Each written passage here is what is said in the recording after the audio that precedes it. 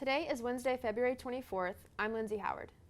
And I'm Erica Talbert, and this is your weekly dose of Vanguard News. The COVID-19 pandemic is one of the leading topics on campus. Colin Sturchio spoke with public safety to see the measures they take to keep UNG students safe. During the COVID-19 pandemic, UNG's public safety has enacted many things such as signs for social distancing and hand sanitizer containers to keep students safe. Any student who has been in contact with anyone COVID positive can come for testing, as well as those who just want to have their own peace of mind knowing that they do or do not have the virus. Any student who comes for testing will go to the designated testing location and will have a test administered, which will have their results back in 2 to 3 days via email. No, if for this particular test is a PCR test, so it's a saliva based, so it's less intrusive. You know, there's no poking of the nose or anything like that. So I mean, if this is offered to anybody that wants to come out, it's once a week. You can set up an appointment or just drop in. There's no. This test typically is more for somebody. Let's just say where like the rapid test of somebody that's having symptoms. This one is more of a, you possibly came in contact with somebody 5 days ago that you know is positive now. This test's more for, it's like almost like genetic based kind of thing. So it takes your body about 5 or 6 days to kind of build up some kind of immunity in your body. So this picks this up through the saliva. So. Testing is offered on all 4 campuses, which will be conducted by public safety. Gainesville and Dahlonega, yes, it's always 11 to 12. Oconee is 11 to 12. Blue Ridge and Cumming is typically usually later in the afternoon. Sometimes it's 1 to 2:30. Some days it's 2 to 3:30. We've averaged about 40 to 45. It has kind of dropped down a little bit, especially since the vaccines have rolled out. I mean, you still see the same people that are coming in here every week taking the test. Students on the Gainesville campus can receive testing at the Ralph and Mary Cleveland Ballroom and the Robinson Ballroom. Students' public safety has done their part. Now it's time for us to do ours. Our reporter, Rebecca Maman, went to campus to find out what nursing school has been like since the pandemic started. All of the classes in the program are currently hybrid, so students are not getting as much in-person class time as they would like. Let's take a look. Students everywhere are having to figure out new ways to learn and get the most out of their education right now due to COVID-19 guidelines restricting on-campus classes. It's kind of stressful, not gonna lie. 2 UNG nursing students, Kristen Schubert and Caitlin Cook, are in the middle of their 3rd semester of nursing school and are doing their best to adjust to the new way classes are being taught. Nursing students used to be on campus nearly every day before the pandemic, and now they only see the inside of a school building twice a week. In previous cohorts, students were able to come to campus and work in the classroom, in a lab, and do hands-on stuff, but now we are sitting in our bedroom on our laptops doing a vSim, and you can only get so much clinical experience from a computer. They spend most of their time doing online work, such as virtual simulations that mock what they would be doing in the classroom. Some students fear that coming out of nursing school, they will not have had as much hands-on experience as nursing students that came before them. As far as the knowledge goes, we will know what we need to do, but since we don't have as much clinical time as previous cohorts, I think the hands-on part will be more difficult. The students understand that this is a learning curve for everyone, especially their professors, so they've been taking things slow. We are kind of trying to figure out what works best for everybody because nobody's ever had to go through anything like this before, so that's difficult, but I think we're kind of getting the hang of it. While nursing students stay busy and consistently have upcoming exams or labs, they are still able to find some positive aspects of the situation. So we have recorded lectures, so those are kind of nice because we can go at our own pace with listening, because I know in-person lecture it's kind of hard to keep up, especially when the teachers are talking a million miles a minute. This unique situation that the education system has been put in has forced both professors and students to become more creative in the ways they teach and learn. At home, we had to do our catheter checkoffs with a water bottle, so that was just a really hard adjustment. And it was on Zoom too. Schubert says she spends a lot more of her time now staying at home and reading over the material or sitting in front of a computer screen, so she is grateful for the time that she gets to spend at clinical. We're actually able to go to clinicals and do hands-on stuff, which is what we need as nurses. Nursing is a very rigorous program here at the University of North Georgia, and now that all the classes are hybrid, it's not making it any easier on its students. 2 nursing students, Kristen Schubert and Caitlin Cook, said they're trying their best to readjust to the way classes are now being taught. All of the nursing students are having to make the most of the situation and really take advantage of that in-class time. Reporting in Dahlonega, Georgia, this is Rebecca Maman with Vanguard News. A physical community may have been hard to find this past year, but outside of the mandatory 8-week shutdown back in March 2020, there's one business in Dahlonega that hasn't stopped safely cultivating a sense of togetherness. Hannah Chisholm visited Canopy and the Roots for more information on their mission. In February of last year, Brandon and Holly opened their dream come to life.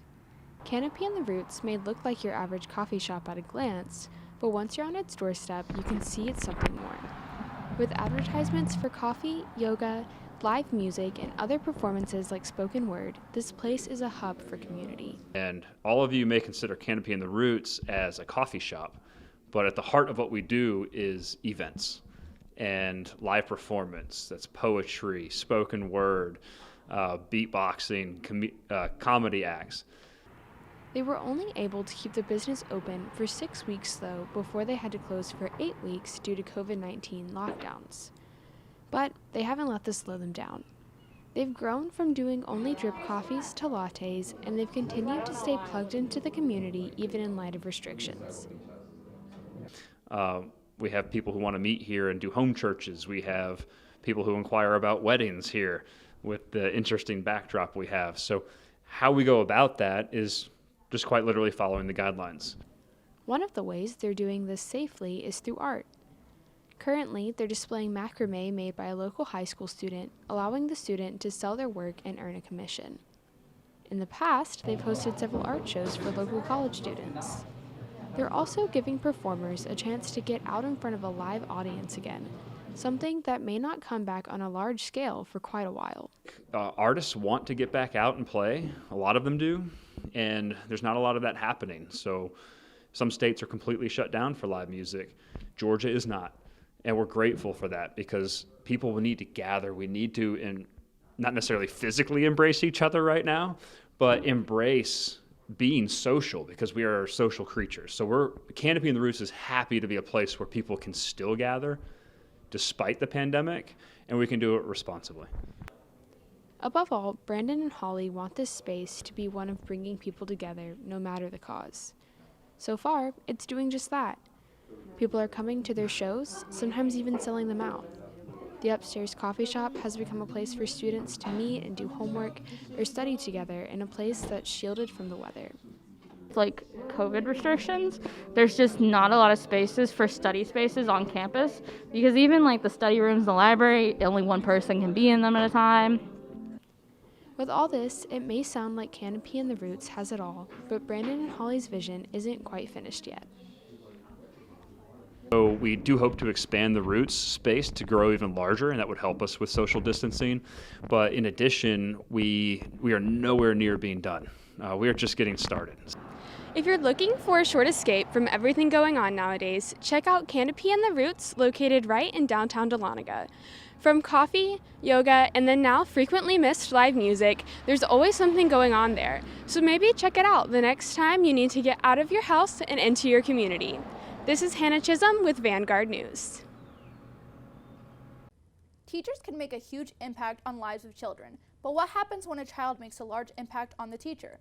Our reporter, Yeshua Kidd, caught up with Dr. Angela Kidd-Vinson about her new book, I Learned the Most from RJ, and discussed her career in teaching special education. Always proud, to... Angela Kidd-Vinson is an inspiring woman, educator, and now author. She's been an educator for over 30 years, 17 of which was spent teaching special education, and the remainder working in administration, being an advocate for special education needs. I got the chance to sit down and speak with her about what inspired her to write her first book and pursue yet another one of her dreams. I knew that I always wanted to be a teacher, but I also liked to write. So, Mom used to I had journals, like diaries is what we called them when I was growing up. I had a diary that I kept, and I would write in it every day. And then she always enrolled me in book club. So, you know, my love for reading I just felt like I was a person who could make a difference in the lives of children who had learning disabilities, or, you know, who people kind of pushed aside because they were different. Said that any student can learn. You may not be able to learn just like everybody else, but everybody could learn something. So it was challenging in the you know, respect that you had to make sure that teachers understood me. In 2020, everyone had to deal with the pandemic, but she also had to deal with major health issues. She was inspired to find a word that would be a theme for the year. This word also explains not only why she wrote the book, but why it means so much to her. Hit me that my word was going to be courage. And so I thought, okay, courage. Why courage? Courage because there were things that I had wanted to do in my life that I had not done because I was afraid to do.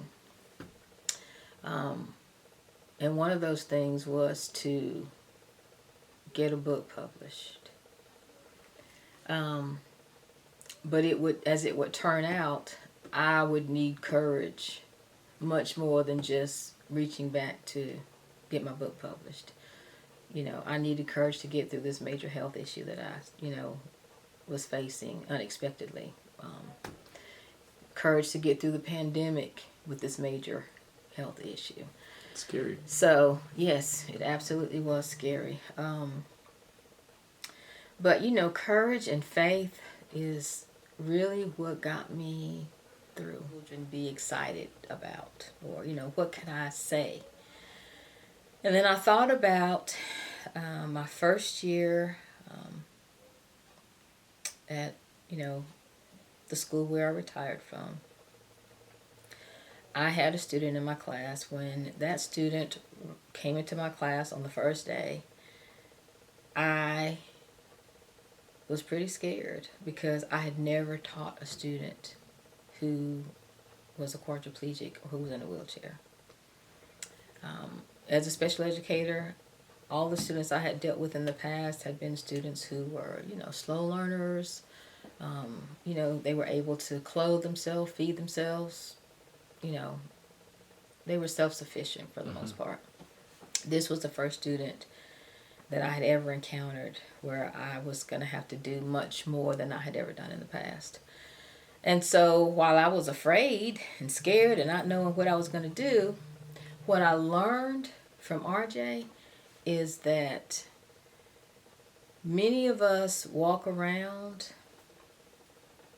saddened because we can't do something, or, you know, we're not as talented as somebody else, or, you know, we don't make grades the way, you know, A's and B's like somebody else, or we can't play basketball as well as somebody else. But it didn't matter to this young man.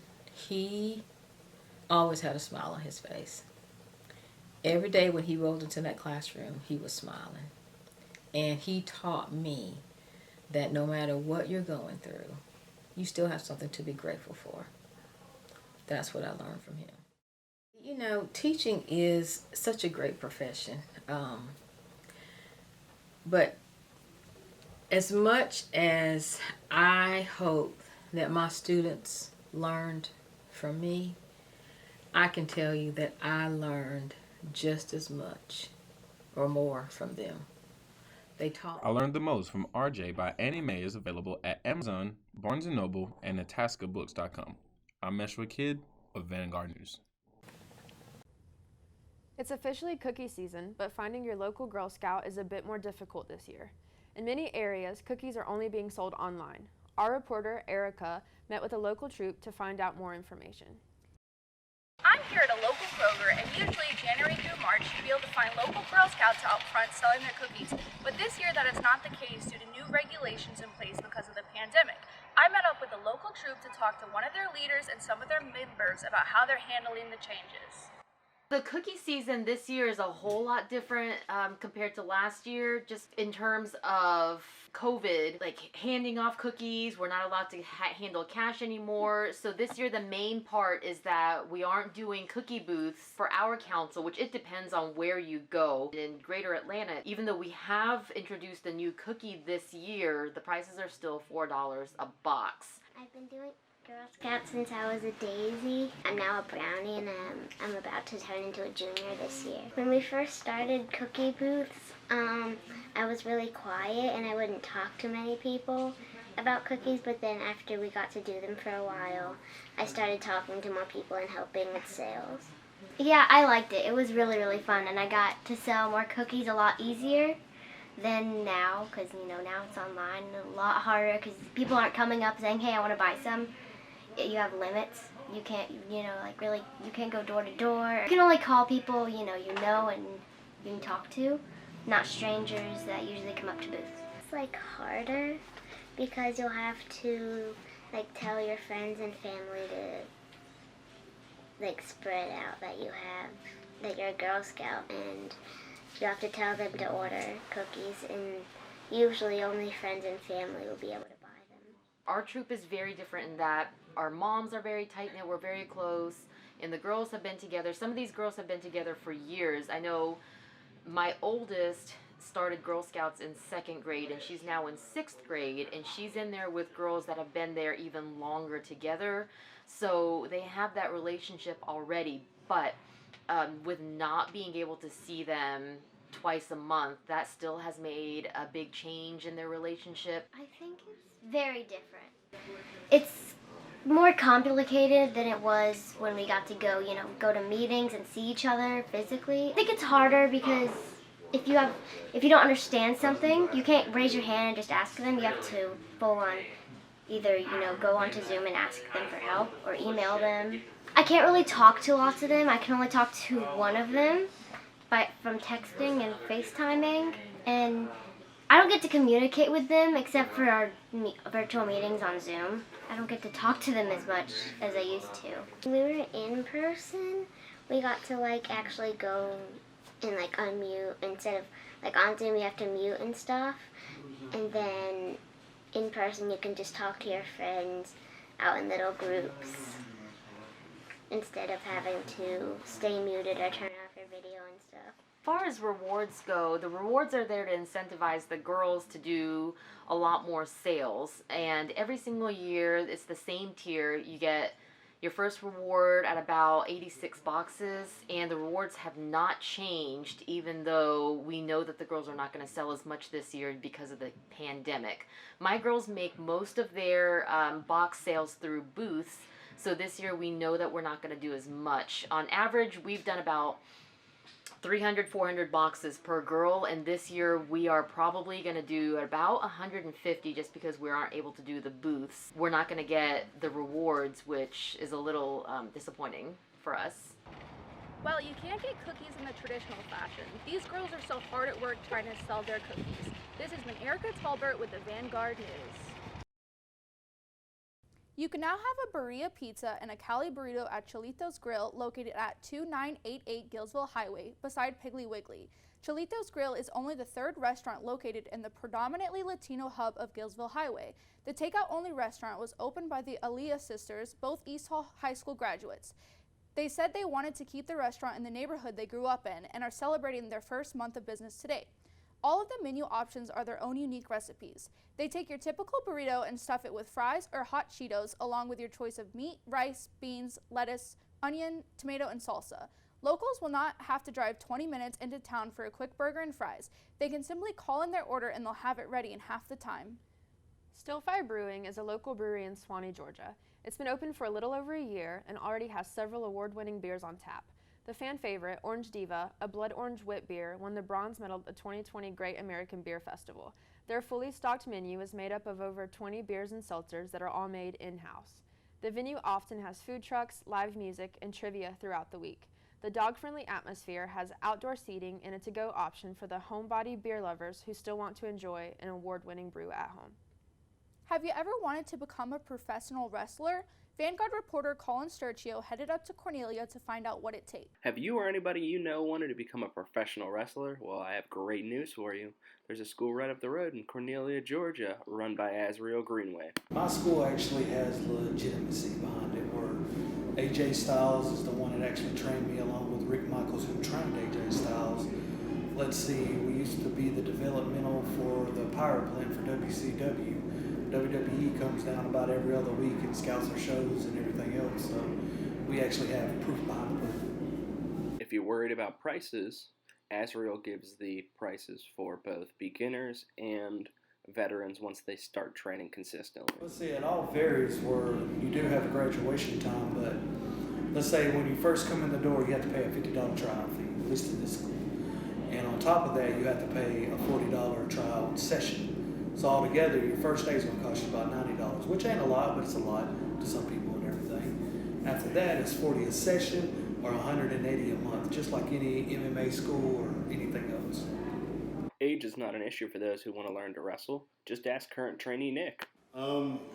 Actually, I went to an independent show in Oconee County, Georgia, and I met Rick Michaels and AJ Styles and Jimmy Rave. And later, after the show, I got their autographs, and I was like, hey, how do you become a professional wrestler? I was 15 years old, and I was very, very interested, and we were already doing backyard wrestling and things like that. So I talked to Rick, and Rick was like, well, I run a school here in Cornelia, Georgia, and actually in this building we're sitting in right now.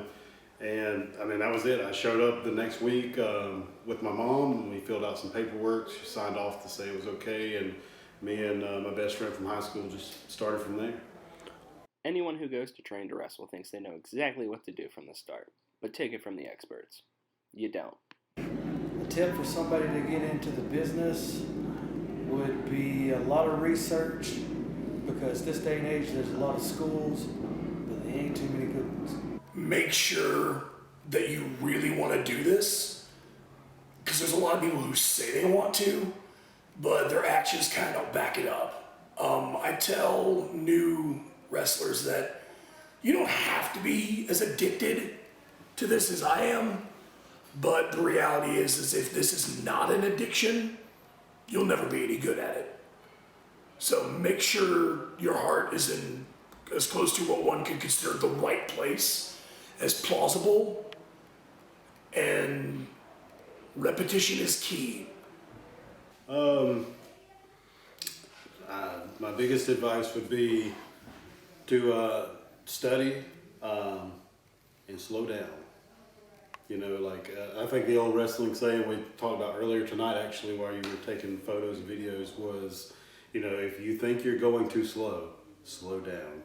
Don't worry, you're not alone. Even the professionals are willing to admit that they didn't know everything when they first came in. How would I say this right? I got into wrestling thinking that it was a shoot, that it was real.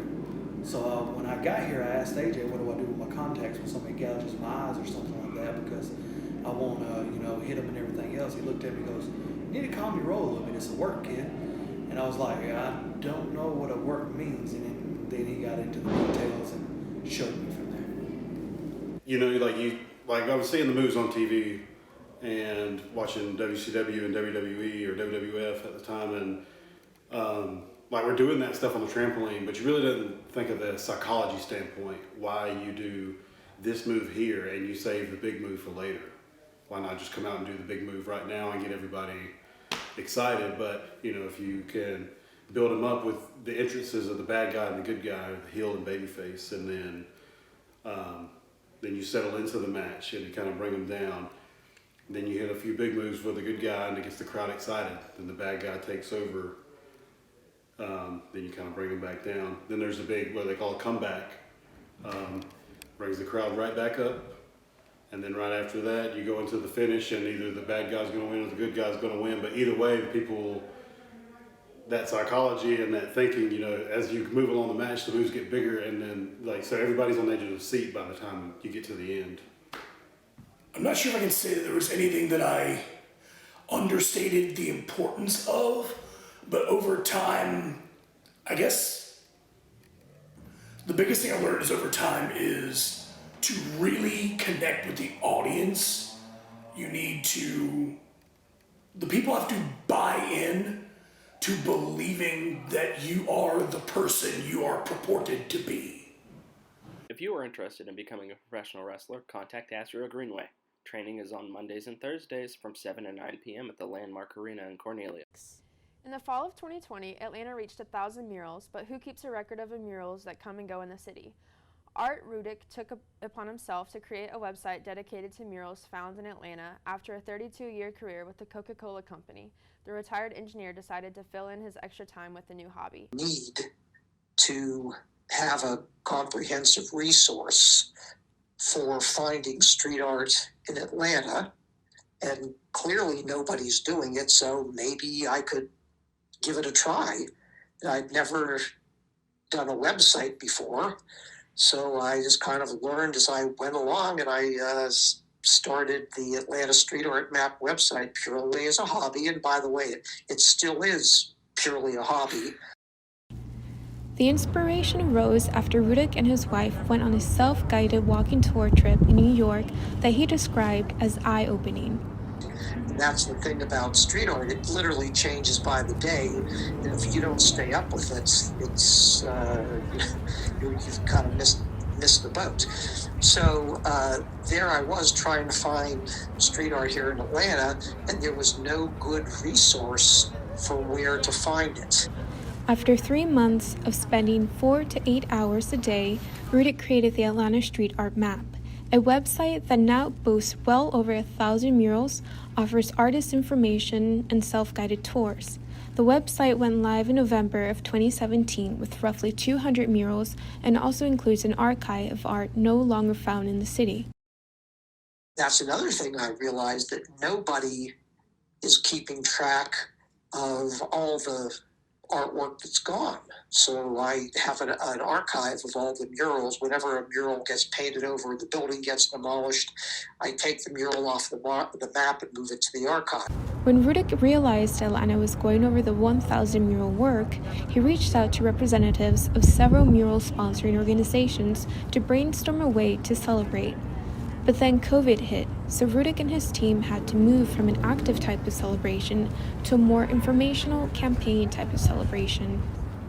By virtue of the things that I saw that Ash Nash was doing online with Powerhouse Creative, I just sort of, I'd never met her before, but I decided, what the heck, I'll reach out to her and see if she would like to be a part of it. And she just jumped right in and created an entire project just for ATL 1000.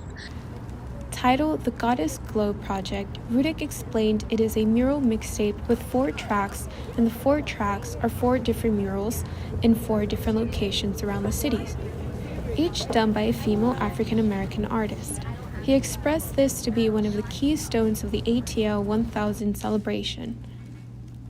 There are 7 self-guided walking tours with interactive maps, which include the Atlanta Beltline, East Side Trail, Cabbagetown, Downtown, East Atlanta, Edgewood Ave, and Little Five Points, as well as the Pittsburgh neighborhood. On Instagram, Rudick makes weekly posts of murals and includes their location. If you are so inclined to find the newest mural on the street, you can give Atlanta Street Art Map a follow. The Keystone Pipeline has been halted dead in its tracks. Vanguard reporter Colin Sturchio reached out to students to get their thoughts on this. So yeah, it'll be interesting to see what happens in the next few years, and with him canceling the pipeline, and then how is he going to create jobs for all the people that lost jobs in terms of that. So I really don't think it affects us that much. The only way I would think is gas prices going up, but not many of us have, at least down here in the South, have jobs up there, or parents with jobs in Alaska. So that's pretty much it. But I don't know. I guess it just depends if they're involved with that at all. But I wouldn't think so in this area. I think it's going to affect us like it does all Americans. We're probably going to end up spending more money on oil that we're having to get from elsewhere that we're not drilling on ourselves. I do think that it's better for the environment, but we are going to have to spend a lot more money up front. I don't believe that that's going to affect us too much in the community. I I do think that, respecting people's indigenous rights to their property is pretty important. But a lot of us in the community probably aren't impacted in any major way, other than maybe in oil prices or something relatively small in comparison to what they would be affected by, in North Dakota, for example. Atlanta Botanical Gardens exhibit Orchid Days is now on display. The orchids on display can be seen from noon until 5 p.m. Tuesday through Friday and 9 a.m. until 5 p.m. on Saturdays and Sundays. The exhibit is located in the Fuqua Conservatory and Orchid Center. Orchid Days is an annual indoor event at the gardens displaying the winter plant in bloom. The gardens is home to over 2,000 species of orchids. This display is one of the largest orchid collections at any public garden in the world. This exhibit is included in the cost of general admission, and face coverings and social distancing are required. The orchids are displayed in 2 different climate zones, the Tropical High Elevation House and the Orchid Display House. Some of these orchids are brought in from on-site greenhouses to display while in bloom, and others are part of the permanent display. Orchid Days will be on display until April the 11th. There's nothing better than a beautiful, sunny, perfect day mixed with some cornhole and some beer. Let's check in with Taylor Pittman to see how the Oak Street Bottle Shop partnered with Cornhole ATL to make a perfect split pot cornhole tournament. During my time at the tournament, I got to meet some regular cornhole players, got to film some cool shots of warm-ups, and got some interesting intel on what a split pot tournament is. I also learned how both companies came about finding each other. I got some insight on what both of these companies were about and why both companies are so important for each other. Most importantly, I learned how important community was for both of these amazing companies. I'm here with Scott. He's the owner of Oak Street Bottle Company. So my first question is, why did you decide to partner with the Cornhole ATL? And what is the further goal of this? Like, what was the goal of partnering with them? Sure. So on social media, I saw several events that Cornhole Atlanta was doing at local breweries, and I just reached out to the 2 organizers and asked them if they wanted to host an event here, and that was pretty easy. They replied, Margie and Jeff replied very quickly. Jeff came out, looked at the spot. What they're always looking for is flat, and this fit that criterion.